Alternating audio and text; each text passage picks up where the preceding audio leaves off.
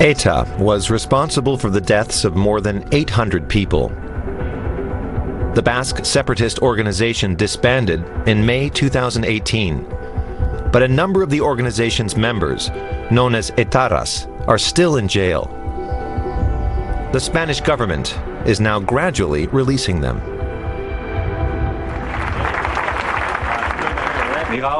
I got out today, but many of us are still behind bars. Until all of them come home, we have achieved nothing. What do the relatives of those who died in ETA attacks say? I was at the pool this summer, and lying next to me on a towel was the man who killed my mother. I see him all the time.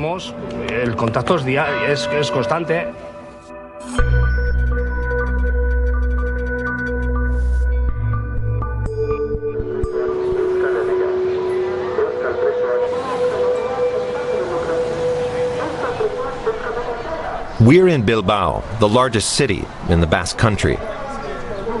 Relatives of ETA prisoners are waiting for a bus that will take them to the jail where their loved ones are being held.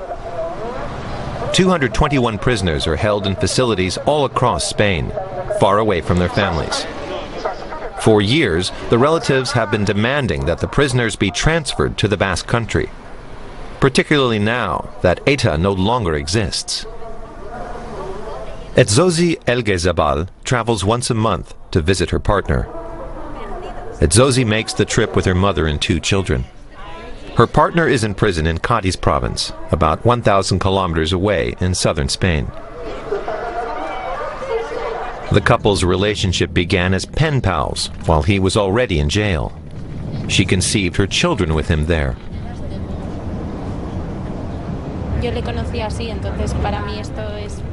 That's how I met him. It's always been like this. The restrictions and the distance have been part of our relationship from the outset. It's become routine for me. And with the children, I hardly have time to think about it. You have no idea how exhausting these trips are until they one day come to an end. It's like I have 3 children to take care of. My 2 kids and my partner. Etzosi's partner was arrested in 2008, charged with involvement in the murder of a Basque businessman, and sentenced to 44 years in prison. Etzosi considers him a freedom fighter. Only 7 ETA prisoners are being held in the Basque Country. 89 are imprisoned within a radius of 700 kilometers, and 125 have been sent to jails that are up to 1,050 kilometers away.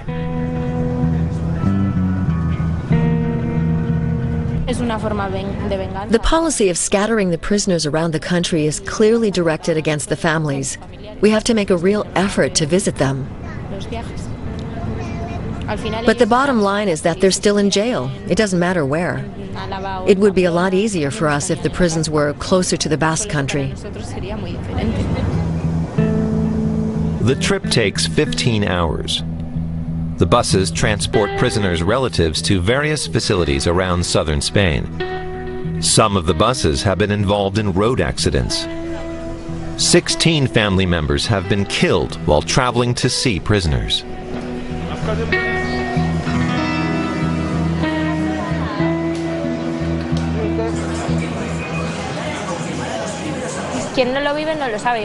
You can't imagine all this unless you've done it yourself. But a bit of that is our fault.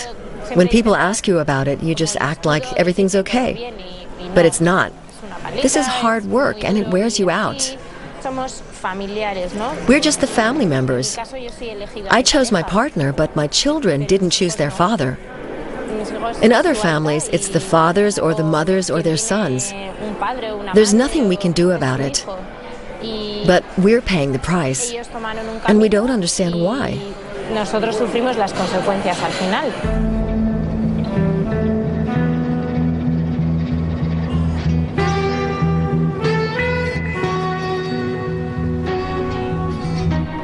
The next morning, after 15 hours on the road, Etzosi arrives at the high-security prison near the city of Cádiz. The bus stops only briefly to let them alight. Etzosi is tired, and she has several appointments today with her partner. We're not allowed to film inside the facility. Like almost all ETA members, Etsozi's partner is held in top security imprisonment, subject to strict conditions, including solitary confinement. He's allowed to spend just 4 hours a day in the prison yard. At 7:30 in the evening, Etsozi returns from her visit. She was allowed to spend the last hour alone with her partner. The children and her mother are waiting at the bus on the side of the road. It's difficult, but so are other relationships. The distance and the restrictions on communication are hard, but I think we still have a healthy relationship. We try to give our children as much love and affection as we can and make maximum use of the time available. I'm happy, and I've never regretted my decision, not for a moment.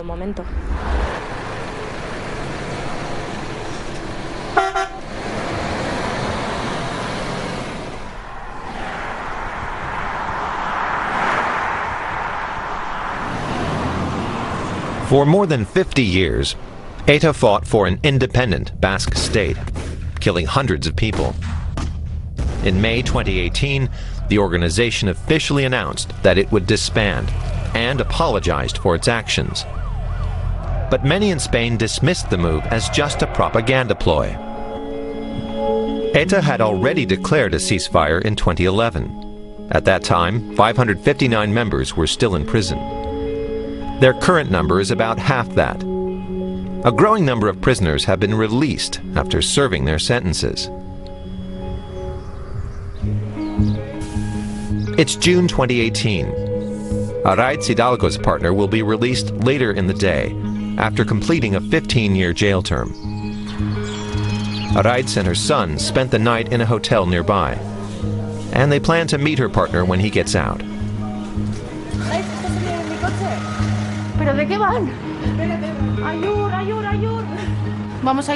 We're leaving right now to pick up Endika. We were going to wait for him outside the prison, but then he called and said he'd already been let out, so we're off. The last few days have been really stressful. I'm a little less nervous today, but it's coming back now. We've been waiting for him for 15 years. That's a long time.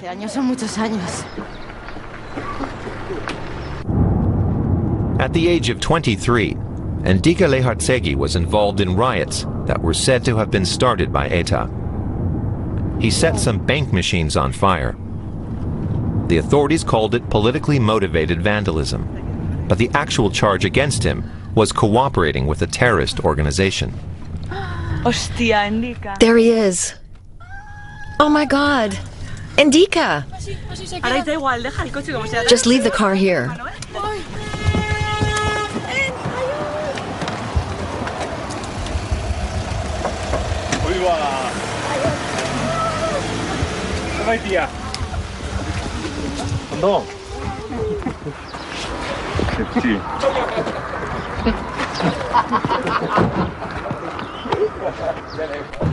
That's how you say hello, by kicking me? Give me a kiss, will you? And another.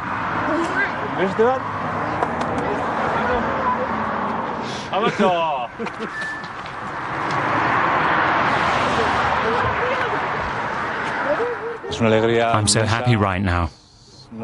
I'm definitely going to need time to process all this. There are just too many emotions all at once. Hi, everyone.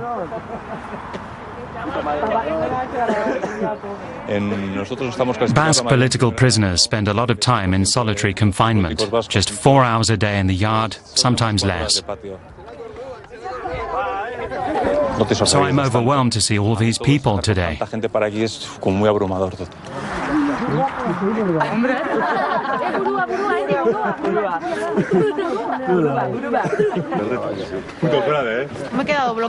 I can't find my emotions right now.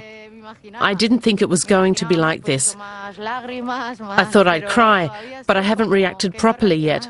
I can't figure it out. I see him here in the parking lot, but I still can't believe it. No me lo creo todavía. On the one hand, I'm extremely happy, but I'm also still concerned about my comrades who'll have to stay behind bars for years to come. It's hard for them and for their families. Endika wants to raise awareness of the ETA members who are still in prison. There are some representatives here today from Eshera, an association that campaigns for the rights of the prisoners. They're also here to shoot some videos in the parking lot.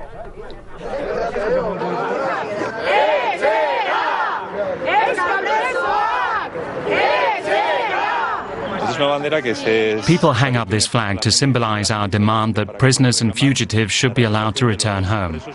ETA has disbanded. Our group accepts that times have changed, and ETA has acknowledged the suffering that it caused. Plus, we're now cooperating with the Spanish judiciary. We'll see whether the government is prepared to ease prison conditions. This is Endika's hometown, Algorta. The local residents are preparing to welcome him back. Former ETA prisoners are celebrated as heroes by many in the Basque Country. Almost half of the men who are still in jail have not committed violent crimes. Their families say the lengthy prison sentences are a form of retribution. The laws against ETA were designed to serve as a deterrent. A 15-year prison sentence is much too harsh. If you'd committed the same crime in Cuenca, Seville, Córdoba or Badajoz, you'd get a milder sentence. Basque political prisoners are systematically persecuted. The people here today are celebrating because for one person, the suffering is over. We don't want to offend anybody, but this is like a holiday for us. Many Basques who lost friends or family members in ETA attacks say the celebrations are an insult to the memory of the victims. Consuelo Ordóñez is president of the Victims Association, Covite. In 1995, her brother was gunned down here in the city of San Sebastián. She herself was threatened and had to leave town. Since then, Consuelo has rarely returned to San Sebastián. She's still haunted by the loss of her brother. Gregorio was 37 years old when he was killed. He was the city's deputy mayor and a member of the Conservative People's Party. He was an outspoken opponent of ETA and its political wing.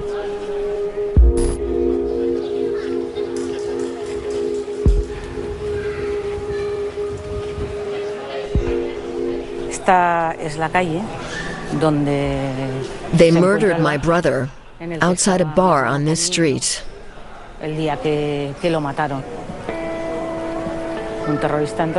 A terrorist shot him in the back of the head.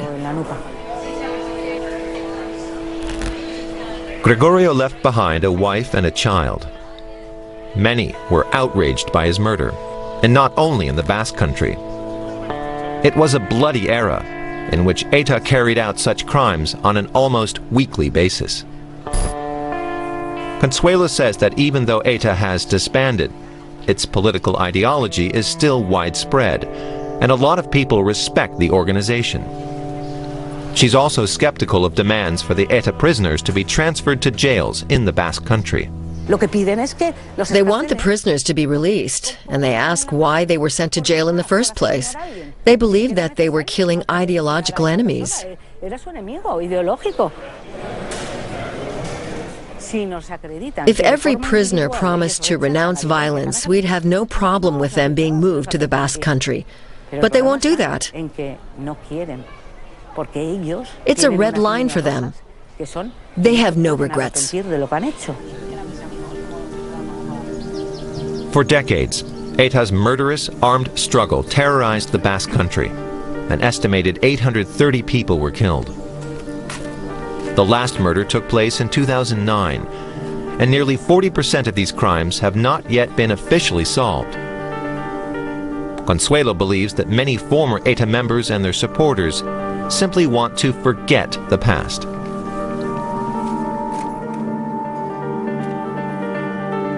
They just want to turn back the clock like nothing happened.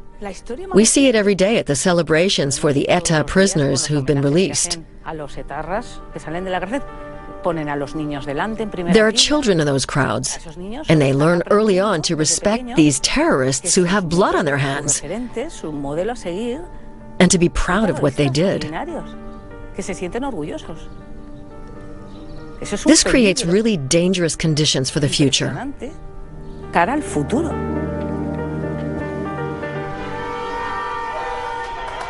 The people of Algorta welcome Endika Lejartzegi as a victim of Spanish revenge justice. Many of the young people attending the celebrations today were not even born when he was sentenced to prison.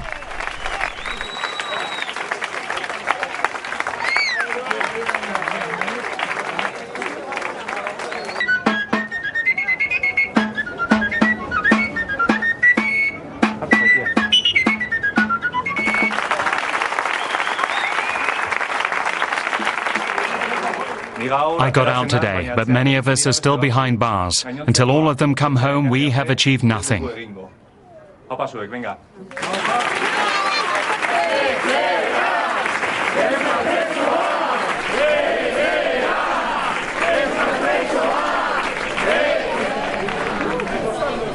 The event culminates in a kind of ceremony in this bar, where photographs of all local ETA prisoners are displayed. Now that Endika is free, his portrait is taken down.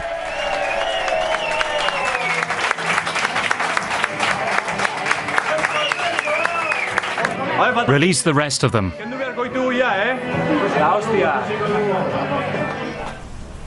Meanwhile, Etsozi Elgezabal has returned from her visit to the prison. She lives with her parents near Bilbao. Who's that for then? Who's that for? Like many relatives of the prisoners, Etsozi hoped that after the end of ETA, the conditions of their imprisonment would be relaxed. Her partner still has 40 years to serve. He's made several appeals to be transferred to a jail closer to his family. All have been rejected.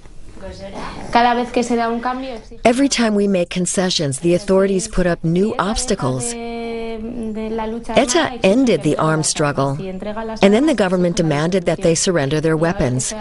Once ETA started to do that, the government then ordered the organization to break itself up and ask for forgiveness. And they'll probably come up with more demands. Etsozi's mother had a hard time dealing with the fact that her daughter's partner would be in prison for decades. I didn't like it at first, but it's her life after all, and I have to support her because she couldn't do all this by herself. Besides, he's a nice guy. I can't complain.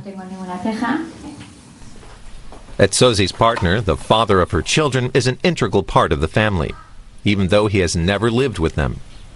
He's in jail more than 1,000 kilometers away. The pictures aren't great because they were taken in prison, but they mean a lot to me. They represent the few moments that we were able to spend together. My daughter loves her father a lot.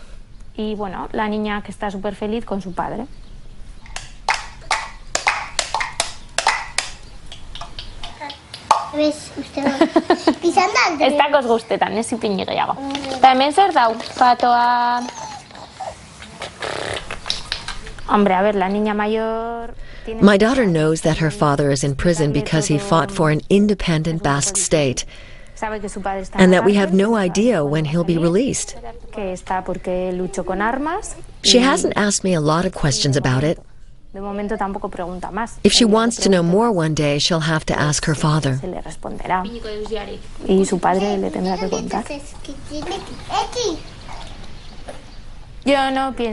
I don't think about the future. I live from one day to the next. He'll be in prison for the next 40 years, so I can't think about the future. Let's just wait and see how things turn out.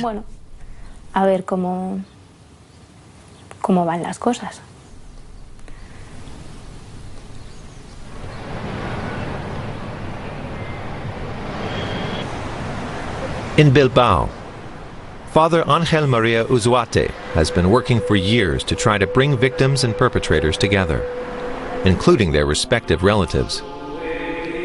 The aim is for the two sides to try to understand each other.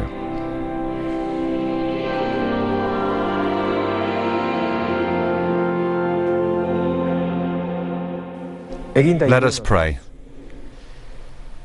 Our Father, help us to show mercy and compassion. Guide us along the path of peace, so that your will may be done here on earth. The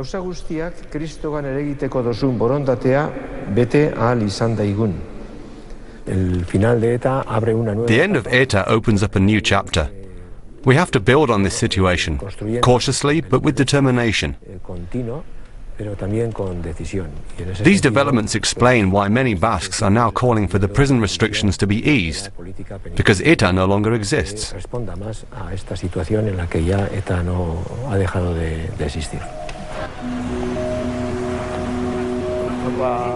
Here, Father Uzuate meets with relatives of ETA victims. Mari Carmen Hernandez lost her husband, Abel Uceda his father, and Ivan Ramos, his mother. They discuss the government's policy on ETA prisoners. What should we do with the prisoners? Don't ask me. I can't make a decision like that. I don't have any authority. I've always said that the prisoners should be transferred and those who are seriously ill can be released. Right, the policy of scattering the prisoners all over the place makes no sense. It's just more punishment for the relatives.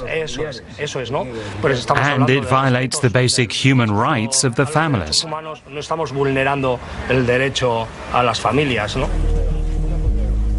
But the fact that more and more ETA prisoners have now been released and have returned home is a major challenge for the victims' relatives. I was at the pool this summer, and lying next to me on a towel was the man who killed my mother. I see him all the time, but I try not to pass the hatred to my son. I would never tell him that this man murdered his grandmother. In any case, it's still hard for me to see that man every day.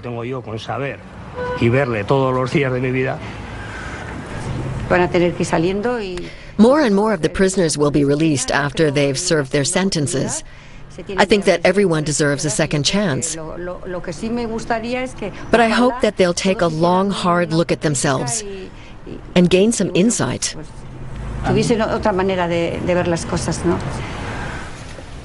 Andika Lehartsegi never killed anyone, so there's no chance that he will have a confrontation with the relatives of a victim. He's been out of prison for 10 weeks now. After 15 years behind bars, he's learning again how to make decisions for himself. So far, I haven't noticed any permanent psychological damage from my time in prison. I've been quite lucky. I have a partner, a family, and friends who support me.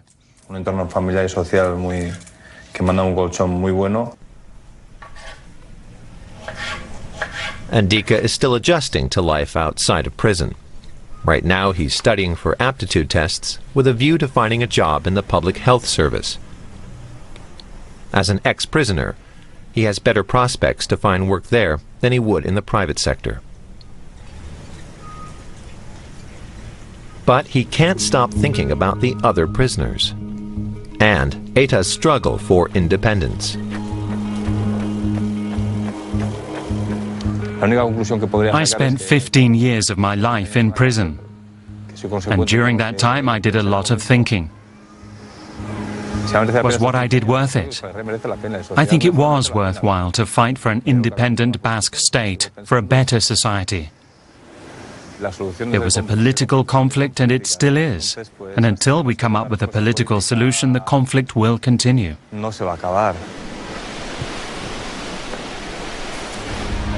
ETA no longer exists. But can the supporters and opponents of the organization learn to live together in peace? It would mean former members having to show true remorse, and the relatives of the victims having to learn to forgive. I wish that we could find a solution. It won't happen overnight, but if we want to live together and move ahead with the peace process, both sides will have to come together and try to understand what everyone has gone through. The Spanish government has now announced the first transfers of prisoners to jails in the Basque Country, a response to the dissolution of ETA, and possibly an important step in the process of reconciliation.